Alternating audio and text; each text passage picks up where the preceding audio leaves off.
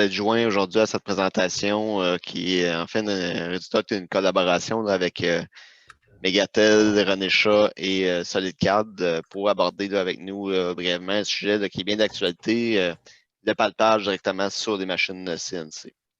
Donc, durant la petite session, n'hésitez pas à écrire vos questions dans le chat. On va faire le maximum pour répondre à la toute fin, là, autant que possible. Sinon, ben, c'est certain qu'on va faire un suivi là, avec vous.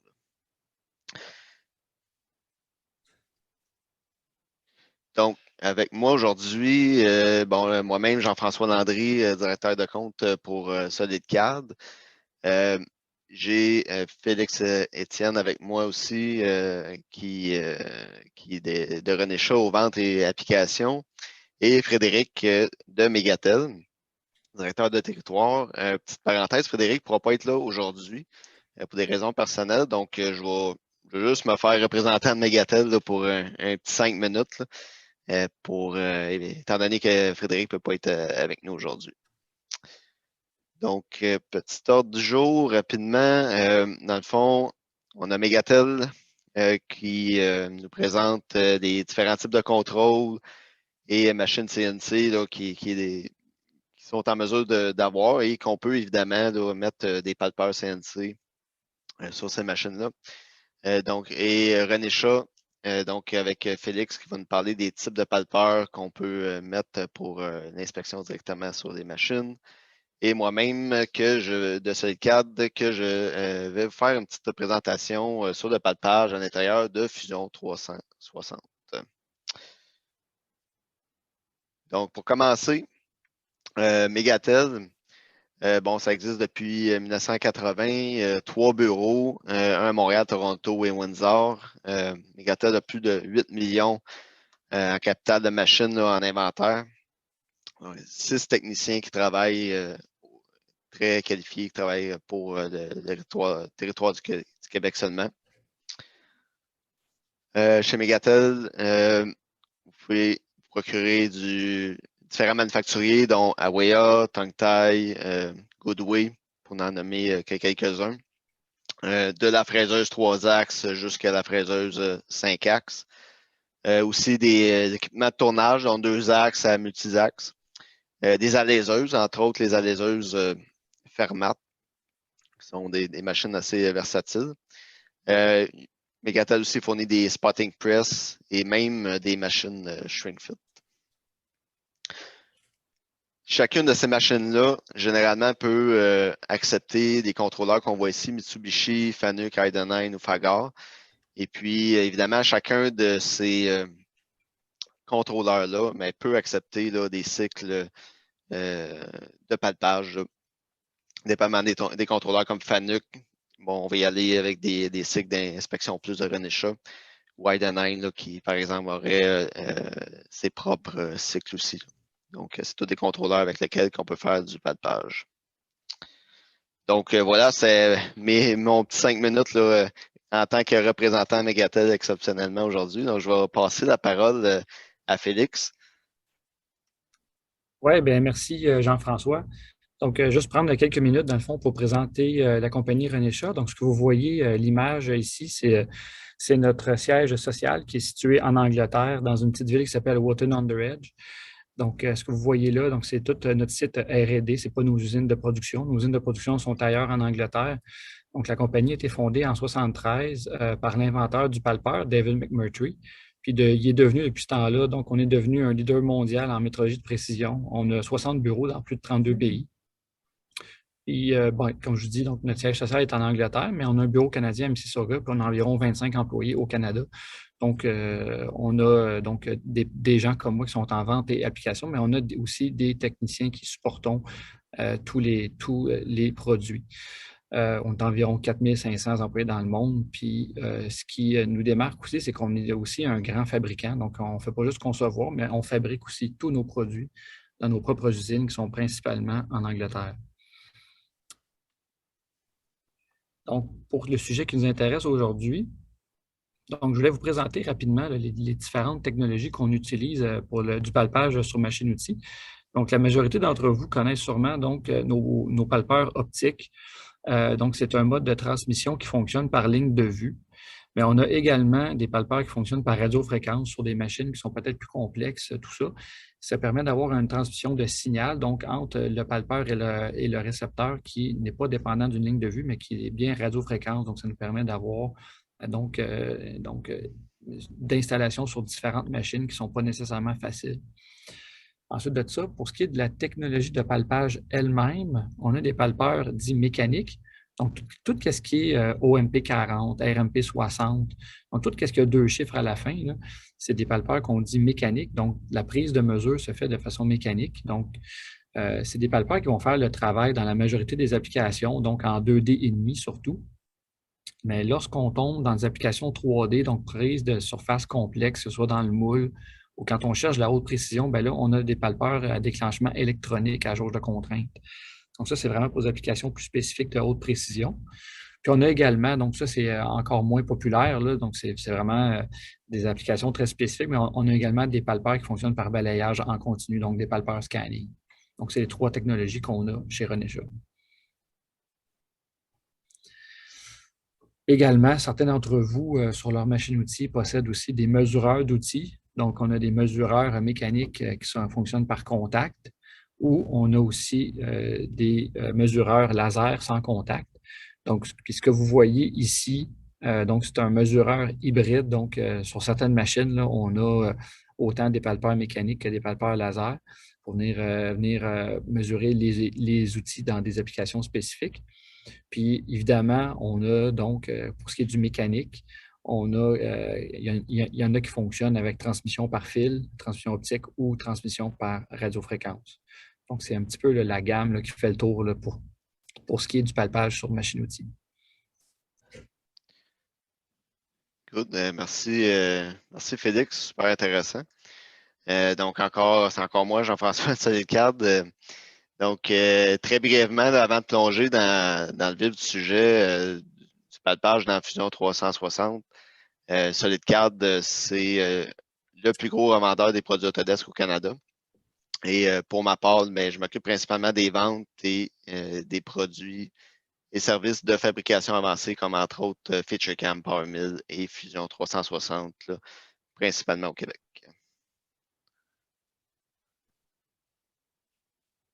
Dans Fusion 360, il y a plusieurs possibilités pour programmer différentes fonctions de palpage.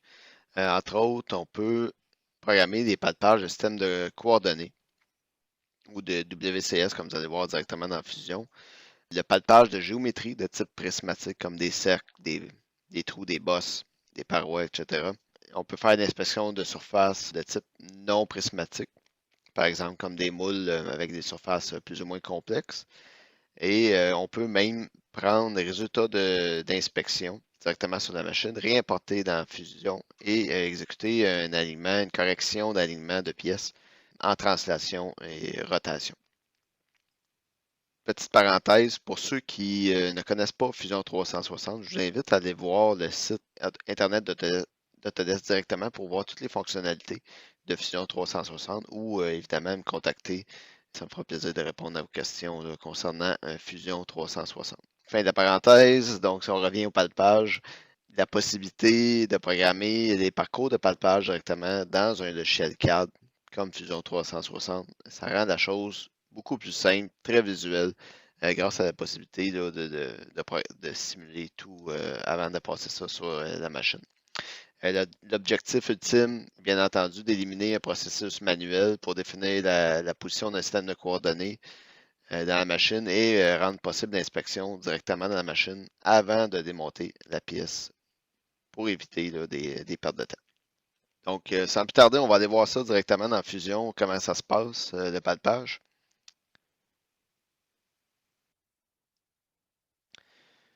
Donc, ici à l'écran, on a un boîtier avec un système mécanique à l'intérieur de type croix de Malte. Et on a certains éléments sur le boîtier qu'on doit venir machiner.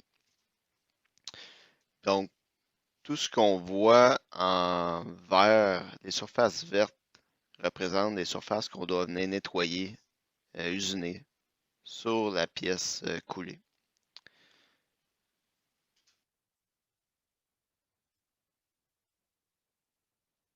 Donc, dans le design, on a la représentation de la pièce coulée qui ressemble à ça.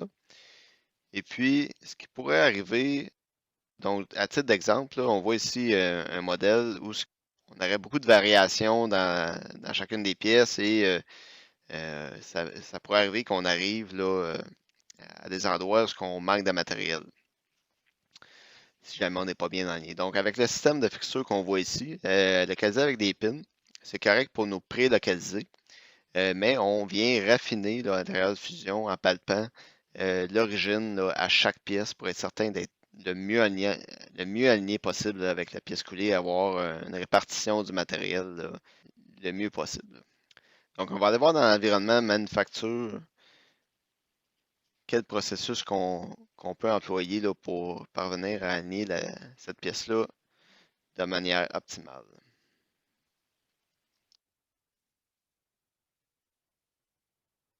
Donc, si on regarde ici, j'ai un setup où on a l'origine qui serait au centre de la table rotative et dessus de la table, sur la plaque de fixture. Okay? C'est un point qui ne bouge jamais. Et j'ai sur mon autre setup dans Fusion, j'ai l'origine de la pièce en tant que telle qui va être utilisée pour piloter tout mon usinage et mon palpage aussi de surface pour aligner ma pièce. Donc l'idée, c'est dans ce setup-là, on va venir faire un probe WCS. Donc on va palper un système de coordonnées, autrement dit.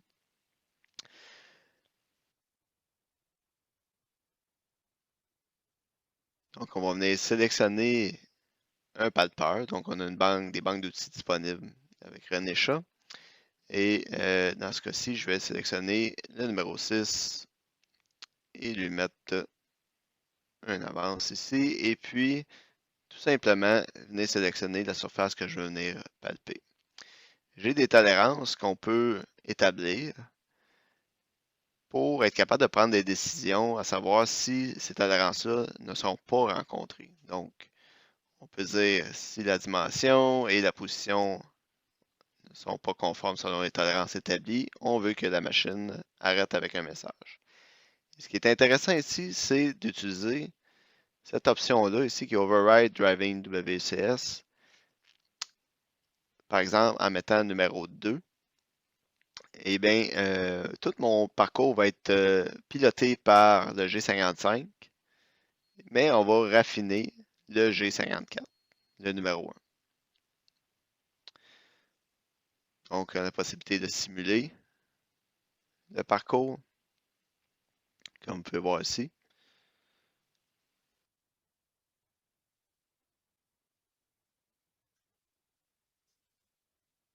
Donc, on est capable de simuler le palpage, voir si tout passe partout. Ça va. Donc, l'idée maintenant, ça va être de créer l'inspection de surface. Donc, je l'ai pré-créé ici là, pour les besoins de la démonstration. Donc, si on vient voir là, à quoi ça consiste, en fait, c'est une série de points individuels sur la surface. Donc, on peut venir en rajouter comme on veut. Et quand on bouge les points, Fusion garde tout le temps la normale de la surface. Donc, encore une fois, on peut mettre une tolérance. Et on pourrait prendre une action là, en fonction de la tolérance aussi. Donc, maintenant que ça c'est fait, l'idée, ça serait de venir prendre ces deux opérations-là et de générer le code G pour passer, rouler sur la machine. Donc, si on regarde ici, on a seulement les deux opérations et une pilotée par le offset numéro 2, qui est G55, et l'autre, numéro 1, G54. Pour les pauses processeurs, on peut chercher avec le mot-clé inspection dans la librairie par défaut de Fusion. Et toutes les pauses processeurs qui supportent les fonctions d'inspection sont là et disponibles gratuitement. On peut générer le code et voir qu'est-ce que ça donne là, comme résultat.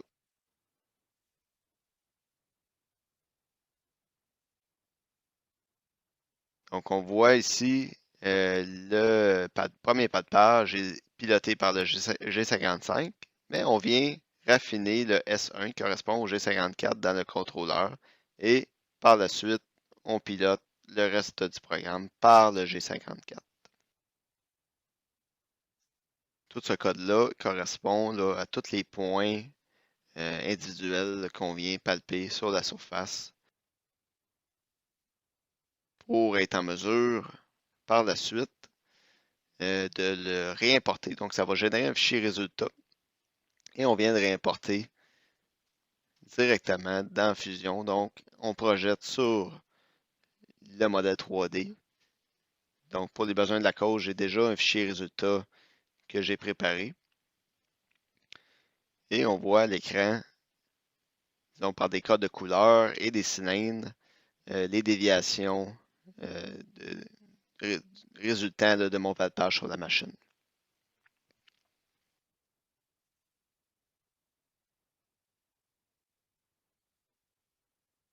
Donc maintenant, on va venir activer le setup qui contient toutes les opérations d'usinage.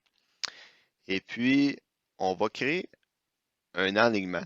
Donc, on va se servir de l'option Part Alignement dans Fusion. Et puis, on va utiliser le résultat qu'on a importé au préalable qui provient du contrôleur de la machine. Donc, le résultat de palpage. Et on a trois options d'alignement, 3, 4 ou 5 axes, dépendamment de la machine qu'on a.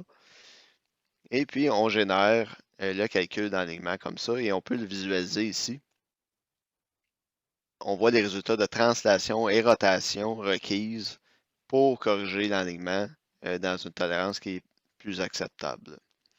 Donc, on peut visualiser chacun des points comme ça et on peut le voir sous forme de liste et voir avant le calcul quelles étaient les dimensions, les déviations, cliquer sur une ligne et voir exactement à quel point que ça correspond sur le modèle 3D comme ça ici.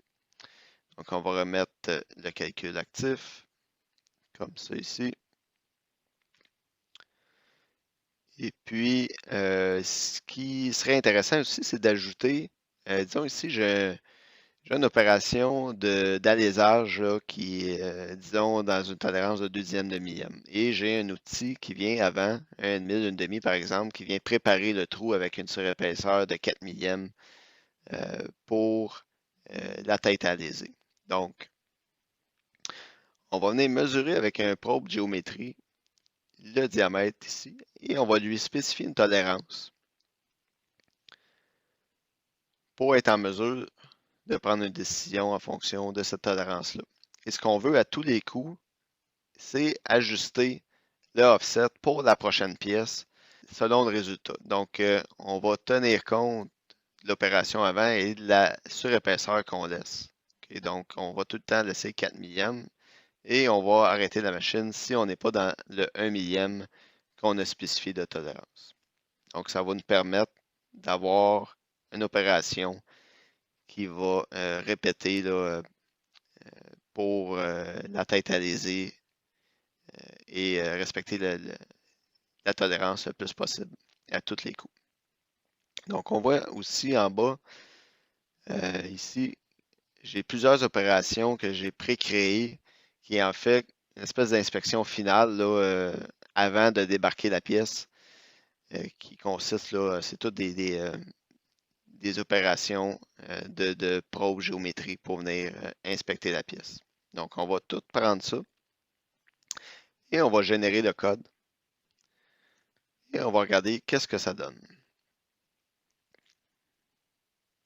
Donc, je renomme ça comme ça. Donc, on voit ici l'alignement est actif et avec un crochet vert valide là, pour chacune des opérations. Donc, on va aller voir qu'est-ce que ça donne dans le code.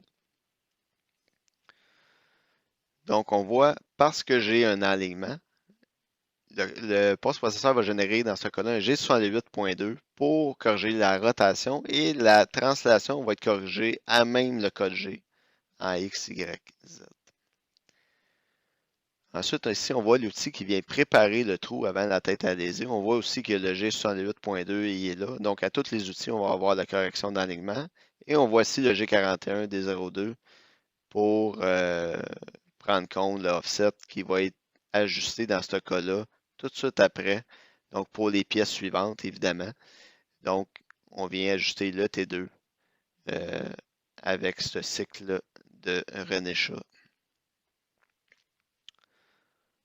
Et on continue ensuite le programme jusqu'à la fin. Et à la fin, on voit les cycles d'inspection des différents points sur les surfaces et les diamètres, entre autres, qui seraient critiques à vérifier avant d'enlever la pièce de la machine.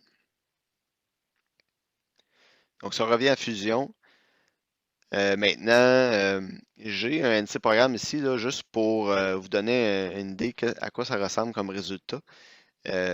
Donc, j'ai créé un NC programme et utilisé un post-processeur qui est un générateur de résultats. C'est seulement pour tester, étant donné que je n'ai pas nécessairement de machine là, près de moi pour faire des tests réels. Donc, on peut chercher dans les vendeurs Autodesk et on a un générateur de résultats ici. Donc, on peut définir certaines erreurs préétablies et générer un fichier texte qui serait semblable à ce que vous auriez directement qui proviendrait de votre machine.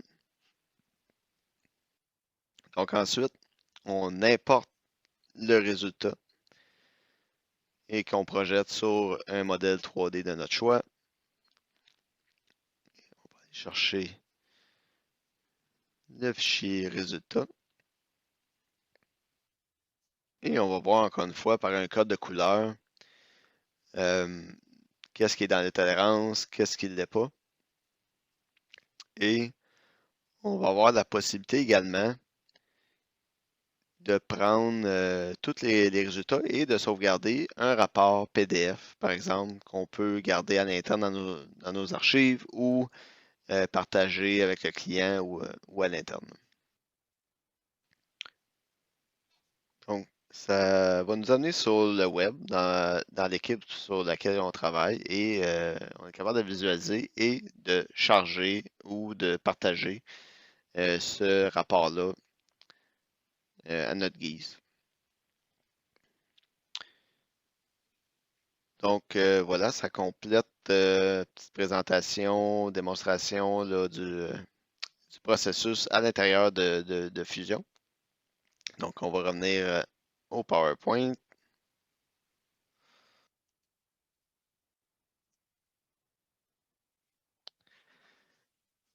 Donc, je vais juste regarder, je vois des questions qui sont rentrées. Fred, je vois une question peut-être pour toi, là. Dans le fond, est-ce que c'est tous les types de palpeurs, dans le fond, quel type de palpeur peut aller sur quelle machine, ou est-ce que c'est n'importe quel palpeur qui peut aller sur n'importe quelle machine, autrement dit? Techniquement, oui. Donc, comme je dis, le palpeur lui-même, là, on va choisir là, la bonne technologie en fonction de l'application. Mais il y a certaines machines qui demandent d'avoir des options. Mais il y a certaines machines que les options viennent avec, mais au pire, c'est des options à acheter. Évidemment, là, il y a des gens qui ont peut-être des vieilles machines de très, très vieille génération que là, ça va être impossible, mais je vous dirais que n'importe quelle machine qui ont, je dirais, une 15 années et moins, là, la majorité des machines là, peuvent être équipées de palpeurs là, sans problème en général, sauf, comme je dis, dans certains cas, il faut faire ajouter des options. OK. Et puis, j'utilise... Là, je vois, Jean-François, là, c'est ça, Oui, là, je vois des questions qui sont rentrées OK. dans le chat. Il y a OK. Jonathan et Steve qui ont posé des questions. Ouais, OK. Oui, Jonathan, possession des AS 750, y a-t-il moyen de prober en dynamique work offset? Je vais être honnête avec toi, Jonathan. Il faudrait que je teste qu'est-ce que ça nous donne comme code là, avec les poses de AS. J'ai testé beaucoup le FANUC, mais je serais curieux. Je vais faire quelques tests là, pour voir qu'est-ce que ça sort comme code, là. Mais si je comprends bien, c'est de voir si le code de dynamique offset sort quand tu fais possiblement du offset, c'est-à-dire du palpage en positionnement, j'imagine, ou tu veux peut-être dire question d'enlignement avec le part alignement, s'il y a moyen peut-être de le sortir d'une autre façon, parce que dans Fanuc, ça sort en G68.2. Il faudrait que je vérifie avec Az comment que ça sort, là, mais je vais te recontacter, Jonathan, à ce sujet-là. J'ai une question de Steve. Est-ce qu'on peut faire du palpage avec FeatureCam? Oui, vous pouvez faire du palpage avec FeatureCam. Il y a un add-in avec FeatureCam Ultimate. On est capable de faire du palpage. Par contre, où est-ce qu'on est rendu aujourd'hui avec Fusion? C'est sûr que le palpage s'en vient de mieux en mieux, plus visuel, et surtout avec le part alignement aussi, les rapports. Donc, c'est sûr que je dirige plus on commence à diriger les clients plus vers Fusion pour le palpage. Pour l'instant, bon, on a peut-être la limitation que, surtout pour le part alignement, là, il faut que le code soit, c'est-à-dire que toute la programmation soit faite dans Fusion parce que le code est compensé en translation directement là, dans le code G. Là. Moi, dans Mais le fond, c'est éventuellement, ça. C'est que sur FeatureCam, je pense, dans le fond, on est limité un petit peu à ce que Inspection Plus va faire. Dans le fond, je pense que si je ne me trompe pas, FeatureCam va poster finalement des routines de palpage Renesha. Là. exact, exact. On ne pourra pas faire d'inspection surfacée comme on vient de voir. Là. C'est ça. Donc, il y a certaines limitations. Exact. Mais peut-être Steve, c'est ça, peut-être nous recontacter là, pour avoir exactement les détails de ce que tu veux faire. C'est toujours une question d'application. Là. Qu'est-ce qu'il veut, Ouais, qu'est-ce que tu veux faire, puis qu'est-ce qui est pas, qu'est-ce qu'on peut faire avec chacun des produits. ouais, c'est ça. Ensuite, bon, j'utilise FeatureCam et PowerMill. Est-ce que j'ai accès à Fusion et le palpage? Donc, ce qu'il faut savoir, c'est que ben, tous les clients qui ont une souscription active de FeatureCam et PowerMill, vous avez tout accès à Fusion 360 gratuitement et avec les extensions aussi. Normalement, donc vous pouvez avoir toutes les fonctions, pour ceux qui utilisent FeatureCam et PowerMill déjà, toutes les fonctions qu'on a vues sont accessibles. Pour ceux qui ont seulement Fusion 360, le palpage de WCS vient automatiquement avec la version de base, mais tout le reste qui est probe géométrie, part alignement, inspection de surface, ça vient avec les extensions. C'est vraiment abordable là, compte tenu des capacités qu'on est capable de faire avec ça. Là. Donc, si jamais vous avez de l'intérêt, n'hésitez pas à me contacter, on pourra regarder ça ensemble. Et puis, je voyais une question de mon côté aussi en lien avec les machines, la machine qu'on voyait, machine de simulation dans Fusion. Bon, petite parenthèse, on a maintenant la machine de simulation en preview là, dans Fusion 360. Puis pour les besoins de la démonstration, j'avais monté une machine de Megatel qui est la Tongtai 5-axe. Puis, ben, je pourrais envoyer là, des questions par rapport à ça à Frédéric, là, mais je pense qu'il y avait ce genre de machines qui ont, je pense qu'il y en a une en stock là, actuellement, si jamais il y a des gens intéressés. Donc, voilà. Avais-tu d'autres questions de ton côté, toi, Félix? Non, je pense que ça faisait le tour. OK. Bon, good. Écoute, c'était court, mais concis, je pense. Fait que merci beaucoup de votre temps. Vous voyez à l'écran nos coordonnées là, pour nos courriels respectifs là, pour nous contacter pour toute question qui viendrait. Euh, donc, merci encore et on- Ah oui, ouais, ben c'est ça. Merci à tous. Merci d'avoir participé. Puis comme Jean-François a dit, là, si vous avez des questions spécifiques, vous avez nos coordonnées, fait que vous pouvez nous les envoyer. Mais je pense que ça, surtout pour Jonathan, là, je pense que ça va être juste quelque chose à regarder. Mais ouais, je pense qu'il ne devrait pas avoir de problème. ouais, je vais regarder qu'est-ce que ça sort comme exactement comme code, puis en même temps, on va jaser Jonathan pour voir ton application aussi. Excellent. Donc, merci à tous. Bon restant de journée. Merci beaucoup.